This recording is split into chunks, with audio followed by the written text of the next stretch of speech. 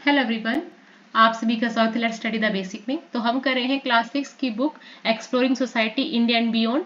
भाई चैप्टर बहुत बड़ा है तो हमने इसको दो पार्ट में डिवाइड कर दिया। पहला पार्ट आपको वीडियो मिल जाएगी, अब करते हैं दूसरा पार्ट। पर पहले थोड़ा सा प्रीवियसली रिकॉल कर लेते हैं। तो हमने पढ़ा था ओशंस के बारे में कि 5 बड़े ओशन हैं। एक पैसिफिक ओशन जो नंबर 1 पे आता है, उसके बाद अटलांटिक ओशन आता है 2 नंबर पे, फिर इंडियन ओशन है 3 नंबर पे, साउदर्न ओशन है 4 नंबर पे, और उसके बाद हमारा आता है आर्टिक ओशन जो 5वें नंबर पे है। और ये सारे क्या है, कॉन्टिनेंट है, ये 5 ओशियन है। तो चलिए स्टार्ट करते हैं। और क्या कह रहा है, तो हमें ये बता रहे हैं कि पैसिफिक ओशियन और कौन से हेमिस्फीयर में है और साउथर्न हेमिस्फीयर में कौन सा है। तो ये हमने प्रीवियस वीडियो में करवा दिया है, आप वहां से देख सकते हैं। अब आ जाते हैं ओशियंस एंड डिजास्टर, कि जो ओशियंस हैं और ये विनाशकारी क्यों हो जाते हैं।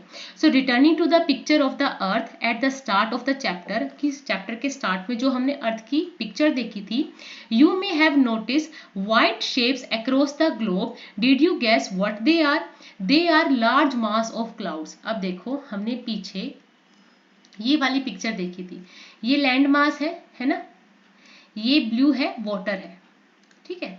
अब आप ये व्हाइट व्हाइट भी तो कुछ देख रहे हैं, तो ये क्या है। So they are large masses of clouds, ये क्लाउड्स हैं।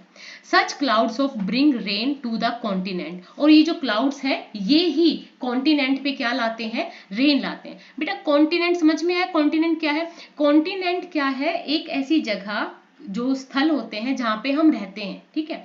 For instance the monsoon rain we in India expect every summer originate in the ocean without such rains. देखो, जो हम रेन्स आती है ना हमारे इंडिया में या ऑल ओवर द वर्ल्ड, जहां भी रेन आती है, इन सब का जो फॉर्मेशन है वो इन ओशियन से ही होता है। अब हमने देखा कि अभी देखो हमारे यहाँ मानसून पीरियड चल रहा है। ये मानसून कैसे आया, ये मानसून आया ओशियन में, जो भी हलचल हुई वहां पे जो हवाएं चली उसकी वजह से क्या आया, मानसून आया, ठीक है। इसलिए यहाँ पे अभी इंडिया में बारिश हो रही है, पूरा बारिश वाला मौसम है, मॉनसून चल रहा है, ठीक है। किसकी वजह से हुआ, ओशियन की वजह से। ओशियन में जो वेव चल रही हैं, जो विंड चल रही है, ठीक है। Such rain our agriculture and all life will suffer. और कई बार ये रेन्स इतनी ज्यादा हो जाती है, इतनी डिजास्टर रेन आ जाती है, जिससे क्या होता है, हमारी एग्रीकल्चर भी कई बार सफर करती है और हमारी जो जान मान की हानि भी हमें होती है। But oceans often also give rise to storm, कि रेन तक तो हमने देख लिया, ठीक है, पर कई बार बड़े बड़े तूफान भी आ जाते हैं, और इतने बड़े बड़े तूफान आ जाते हैं कि उनको संभाल पाना मुश्किल हो जाता है। इन्हीं को साइक्लोन्स कहते हैं, ठीक है। So rainfall, violent event with extreme rainfall और हैवी स्ट्रॉन्ग विंड, की जब बहुत तेज हवा चल रही हो और बहुत तेज ही बारिश हो रही हो, तो इसको क्या कहते हैं, साइक्लोन आ गया, ठीक है, बवंडर आ गया। Which can cause widespread damage to coastal region of the world. धरती के जितने भी कोस्टल रीजन है, मतलब सी के आसपास जितने भी जो लैंड मास बने होते हैं, उनको कोस्टल एरिया बोलते हैं, उनपे बहुत ज्यादा डैमेज करते हैं। आज सुनामी, देखो टी से स्टार्ट होता है पर इसको हम सुनामी बोलते हैं। Tsunami is another natural disaster that originate in the ocean. Tsunami भी, जैसे साइक्लोन्स आते हैं ना बहुत तेज हवा के साथ, बहुत तेज रेनफॉल के साथ, ऐसे ही सुनामी भी ओशियन से ही ओरिजिनेट होती है, वहीं से स्टार्ट होती है। और ये बहुत ही पावरफुल होती है। It is a huge and powerful waves, लहरें होती हैं बहुत बड़ी बड़ी, बहुत ही शक्तिशाली, generally caused by a strong earthquake or a volcanic eruption at the bottom of the ocean। जो समुद्र है, ओशियन है, ओशियन के नीचे भाई यहाँ पे मेंटल होती है, इसके अंदर मोल्टन मैग्मा होता है, ठीक है। इसके बारे में आप पढ़ेंगे आगे, इसके अंदर मोल्टन मैग्मा होता है, और इसकी वजह से कई बार क्या होता है, जो वेव्स हैं वो बहुत बड़ी बड़ी वेव्स बन जाती है।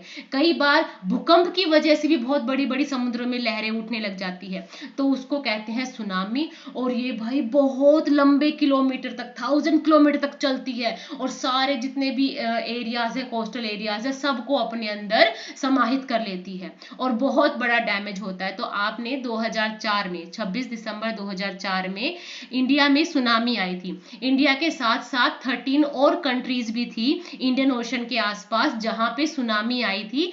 क्यों, क्योंकि इंडोनेशिया में अर्थक्वेक आया था, इंडोनेशिया में अर्थक्वेक आया, जिसकी वजह से जो इंडियन ओशियन था ना, यहाँ देखो, ये देखो इंडोनेशिया, यहाँ पे इंडोनेशिया है, ठीक है, यहाँ इंडोनेशिया है, यहाँ पे भाई अर्थक्वेक आया। इस अर्थक्वेक की वजह से जो इंडियन ओशन है उसमें सुनामी आई, बहुत तेज तेज लहरें उठी, और भारत के जैसे और 13 जितनी कंट्रीज हैं उनके अंदर बहुत ज्यादा इसने क्या कर दिया, डिस्ट्रक्शन कर दिया।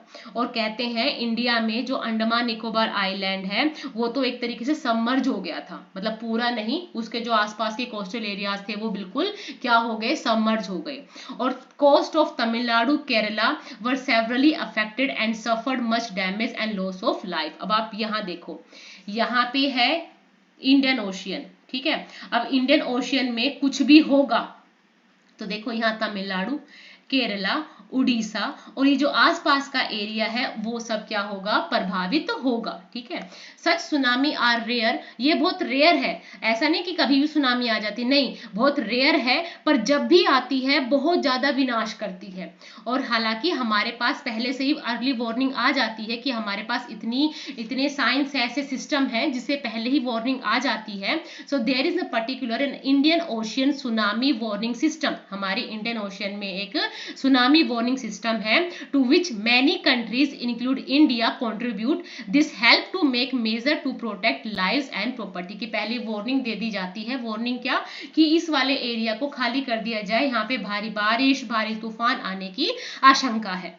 Even that led to loss of life property are handled under. अब ऐसा तो है नहीं कि लोगों को हटा दिया बस सब चीज ठीक हो गई, नहीं, जो वहां रह रहे हैं, उनका जो घर है, जो उनका व्यवसाय है, वो भी तो डैमेज होता है, और बहुत सारे लोग जो नहीं जा पाते उनकी लाइफ भी खत्म हो जाती है, प्रॉपर्टी डैमेज हो जाती है। तो हमारे इंडिया में है एक डिजास्टर मैनेजमेंट, जिसको हम कहते हैं NDMA।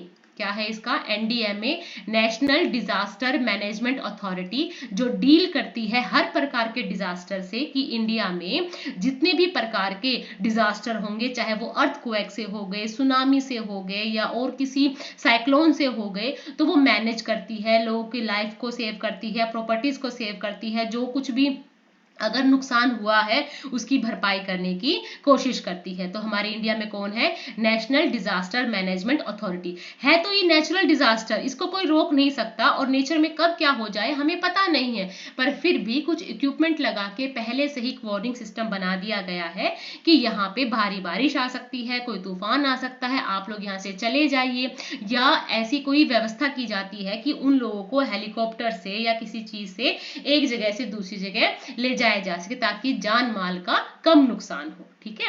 आप याद रखिएगा, नेशनल डिजास्टर मैनेजमेंट अथॉरिटी जो डील करती है ऑल काइंड ऑफ डिजास्टर से, ओके। कॉन्टिनेंट, अब बारी आती है कॉन्टिनेंट्स की। तो हमने ओशन के बारे में देखा, 5 ओशियन है, पहला सबसे बड़ा ओशन कौन सा है, पैसिफिक ओशियन है, फिर अटलांटिक ओशियन है, उसके बाद इंडियन ओशियन, साउदर्न ओशियन, फिर आर्टिक ओशियन। अब बात है कॉन्टिनेंट की। तो कॉन्टिनेंट के बारे में ना बहुत सारे कुछ कुछ बातें कही गई है। अब आप देखो क्या कही गई है। So North America and South America are generally considered to be 2 continent, but if seen a single landmass they can also be considered as 1। अगर आप प्रीवियस में फोटो देखोगे तो देखो ये है north America, South America, America का ही है, बट ये लैंड मास से जुड़ा हुआ है, ठीक है। तो इसको कई बार क्या लोग मानते हैं, एक ही मानते हैं कि नॉर्थ अमेरिका, साउथ अमेरिका एक ही कॉन्टिनेंट है, ठीक है। वहीं यूरोप और Asia generally considered as 2 continent. अब हम ये कहते हैं कि एशिया और यूरोप अलग अलग है, ठीक है, पर जो मानने वाले हैं वो कहते हैं कि यहाँ पे कोई बाउंड्री नहीं है। तो जो ये एशिया है और यूरोप है, एशिया है और यूरोप है, वो एक ही है, जिसको ये लोग क्या बोलते हैं, यूरेशिया बोलते हैं, ठीक है। इसी प्रकार अफ्रीका है और ऑस्ट्रेलिया है, ठीक है। Africa, Eurasia are generally regarded as 2 continent but sometime as 1। तो इसको मानते हैं कई बार, पर हम सिर्फ ये पढ़ेंगे कि 7 कॉन्टिनेंट्स है, कौन कौन से, Africa, Antarctica, Asia, Australia, Europe, North America, South America. अब जरा मैप में भी इनकी लोकेशन को हम देख लेते हैं। तो देखो यहाँ पे आपको दिखाई देगा एशिया, यहाँ पे है एशिया, यहाँ है यूरोप, ओके, ये है Antarctica, Africa Australia, north America, South America. इस प्रकार करके हमारे पास कितने कॉन्टिनेंट है? 7 कॉन्टिनेंट्स है। There are 7 continent, Africa, Antarctica, Asia, Australia, Europe, North America, South America. और जो हम ओलंपिक में 5 छल्ले देखते हैं, ये भी इन 5 कॉन्टिनेंट को ही रिप्रेजेंट करते हैं, अफ्रीका को, अमेरिका को, एशिया को, ऑस्ट्रेलिया को और यूरोप को। ठीक है, अब यहां देखो, इससे अब इन ब्लॉक से आपको साइज का पता चलेगा। तो देखो, एशिया में सबसे 10 ब्लॉक्स हैं। कौन कितने हैं? हम इनको नंबरिंग कर लेते हैं, 1 2 3 4 5 6 7। नंबरिंग करते जल्दी जल्दी।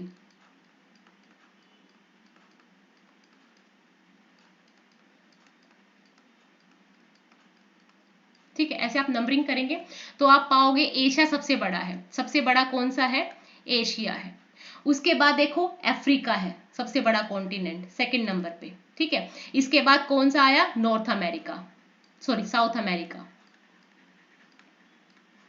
क्यों आया? क्योंकि अगर हम इसके ब्लॉक को काउंट करते हैं, 1 2 3 2 3 4 5 6 6 3 जा 18, इसमें 18 ब्लॉक्स हैं। और इसमें देखोगे तो 1 2 3 4 2 3 4 4 4 जा 16 और एक 17, इसमें 17 ब्लॉक्स हैं। ठीक है, अफ्रीका में देखो 1 1 2 3 4 5 6 7 8 9 10 11 12 13 14 15 16 17 18 19 20 21 22 23 24 25 26 27 28 29 30, इसमें 30 है। यूरोप में देखो 1 2 3 4 5 6 7 8 9 10, इसमें 10 है और इसमें 11 है। अब देखो, अब इसी हिसाब से इनको ब्लॉक के हिसाब से रखेंगे। पहले एशिया, फिर अफ्रीका, फिर साउथ अमेरिका, उसके बाद नॉर्थ अमेरिका, फिर उसके बाद अंटार्कटिका, उसके बाद है यूरोप और फिर आ जाता है ऑस्ट्रेलिया।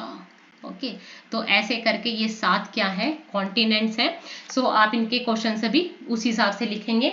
आइलैंड्स क्या होते हैं? If you have carefully observe the 2 map earlier in the chapter, you may have noticed that the continent do not includes all land mass. Some smaller pieces of land are left out, surrounded by water on all sides. They are called islands. तो islands क्या होते हैं? ऐसे छोटे छोटे land के pieces जो हर तरफ से surrounded by water on all side, जो हर प्रकार से, हर तरीके से, ऐसे मतलब पूरा ओशियन है, सी है और वो छोटा सा एक लैंड मास है, इसको कहते हैं आइलैंड। ठीक है, continent are also surrounded by water because they are so large they are not considered island. देखो बेटा, आइलैंड होते हैं छोटे छोटे टापू, छोटे छोटे टापू को हम कहते हैं आइलैंड। ठीक है, आइलैंड्स। और ये भी चारों तरफ से पानी से घिरे होते हैं। कॉन्टिनेंट भी जो होते हैं वो भी चारों तरफ से पानी से घिरे होते हैं, पर ये लार्ज लैंड मास होते हैं। क्या होते हैं? लार्ज लैंड मास होते हैं। ठीक है, दोनों में अंतर पता चल गया। आइलैंड क्या होता है, कॉन्टिनेंट क्या होते हैं? छोटे छोटे टापू होते हैं, इनको आइलैंड कहते हैं। ये भी चारों तरफ से पानी से घिरे होते हैं। कॉन्टिनेंट्स है, ये भी पानी से घिरे होते हैं, बट ये लार्ज लैंड मास होते हैं, इसलिए इनको काउंट करते हैं। ठीक है, इन आइलैंड को, छोटे छोटे द्वीपों को हम काउंट नहीं करते। So there are lakh of island on the planet. हमारे धरती पे बहुत सारे छोटे छोटे से टापू हैं ऑफ एवरी डिफरेंट साइज, और बहुत सारे डिफरेंट डिफरेंट से, कोई छोटा है कोई बड़ा है, पर ये इतने बड़े नहीं है जितना कि कॉन्टिनेंट होता है। So Greenland is the largest island in the world, और सबसे बड़ा जो आइलैंड है वो कौन है? वो है ग्रीनलैंड। ठीक है, locate on the globe of the map, सबसे ऊपर है, ग्लोब में सबसे ऊपर, अमेरिका के ऊपर है। ठीक है, India has more than 1300 small island. अब हमारे इंडिया में भी छोटे छोटे बहुत सारे आइलैंड्स हैं। ठीक है, पर जो सबसे बड़े आइलैंड है वो कौन कौन से हैं? अंडमान निकोबार और bay of Bengal and Lakshadweep island in the Arabian sea. Since 1981 the Indian Antarctica program has been exploring Antarctica.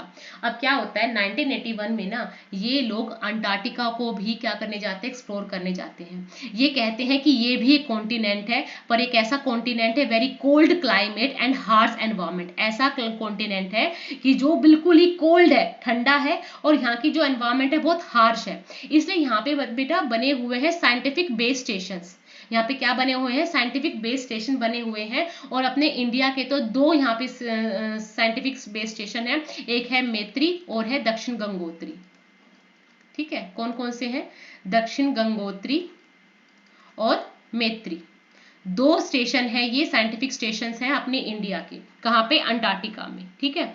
Ocean and life, ocean and continents are vital part of environment and effect most aspect of our life. ये दोनों ही हमारे environment का बहुत बड़ा हिस्सा है, ocean, continent, और सभी के जीवन को प्रभावित करते हैं, ठीक है। We have mention that ocean send rain to the continent, ocean नहीं होंगे तो कॉन्टिनेंट पे रेन भी नहीं आएगी, ठीक है। वाटर साइकिल भी नहीं होगा जो अर्थ का वाटर साइकिल है।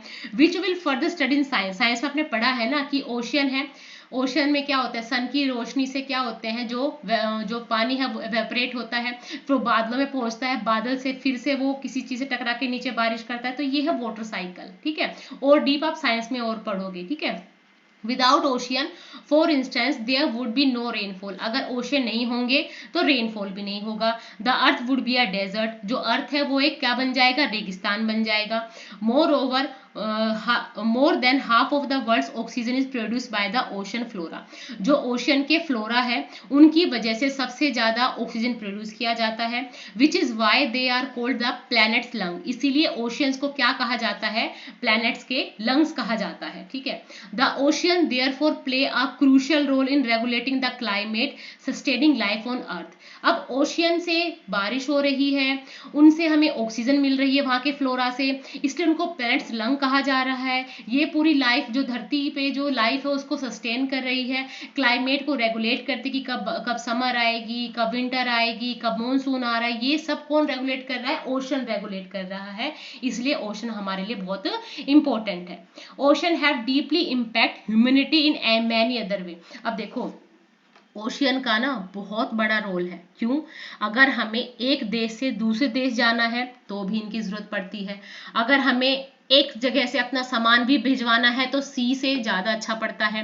So from early times people have used ocean and sea to migrate to other region, कि जो लोग हैं पहले वो ओशियन और सी के थ्रू ही एक देश से दूसरे देश जाते थे, to trade in all kind of goods, अपना व्यापार करने के लिए, और जो मिलिट्री कैंपेन होते हैं वो भी यहीं पे कंडक्ट होते हैं, and a source of food through fishing, और फिशिंग करके भी इतना जो सी फूड आता है वो भी ओशन और सी की वजह से आता है।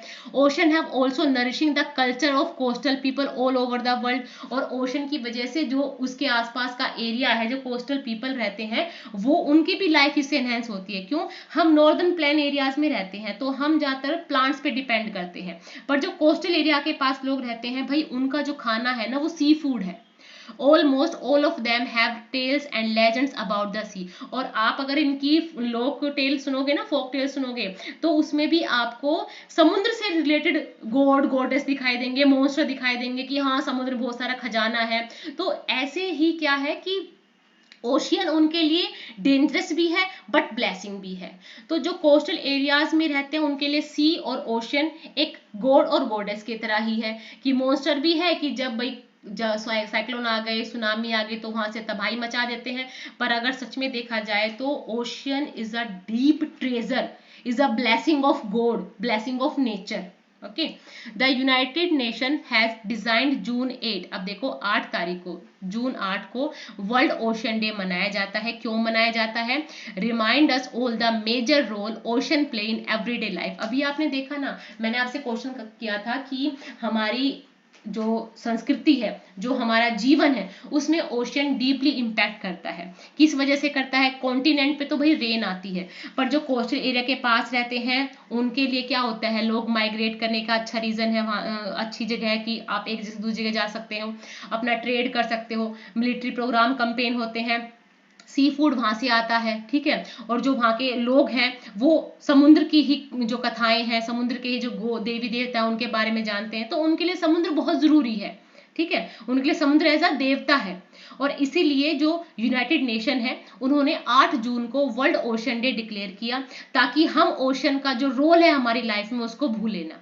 It serves as a lungs of our planet, जो ओशियन के फ्लोरा है उनकी वजह से बहुत ज्यादा ऑक्सीजन होती है, जिसकी वजह से हम अच्छे से रह पाते हैं। ठीक है, so we throw several million tons of plastic waste into the ocean every year.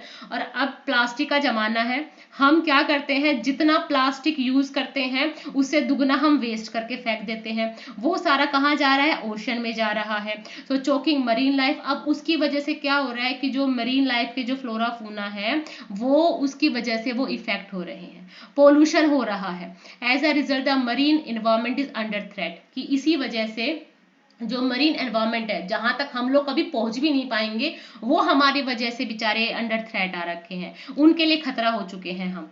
Over fishing. अब लोग क्या कर रहे हैं, ज्यादा पैसा कमाने के लिए फिशिंग ही की जा रहे हैं, ओवर फिशिंग करे जा रहे हैं। कि फिशिंग कर सकते हो पर ओवर करोगे तो क्या होगा, जो और फिश और 3-4 फिश और बनाएगी वो खत्म हो जाएगा।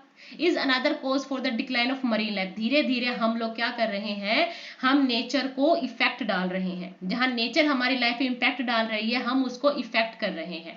It is our collective responsibility to protect ocean for the future to the planet and of humanity. तो हमें क्या करना है, हम सबकी रिस्पॉन्सिबिलिटी है कि भाई हम फ्यूचर के लिए इस प्लैनेट को बचा के रखें, थोड़ी मानवता दिखाएं, प्लास्टिक का कम यूज करें, नेचर जो ने हमें जो दिया है थोड़ा सा उसी में ही सेटल होने की कोशिश करें, ज्यादा उसको इतना ज्यादा भी अपने लिए यूज ना करें कि जिनके लिए बना है उनको भी ना मिले। तो ये हमारी रिस्पॉन्सिबिलिटी है।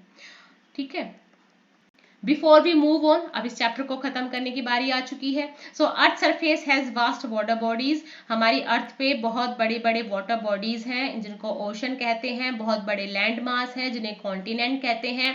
Oceans are interconnected. सारे जो ओशन है आपस में क्या है, इंटरकनेक्टेड है, इनके बीच में कोई बाउंड्री नहीं है। कॉन्टिनेंट में be count in various way. अब हमारे पास 7 कॉन्टिनेंट है, 5 ओशियन है।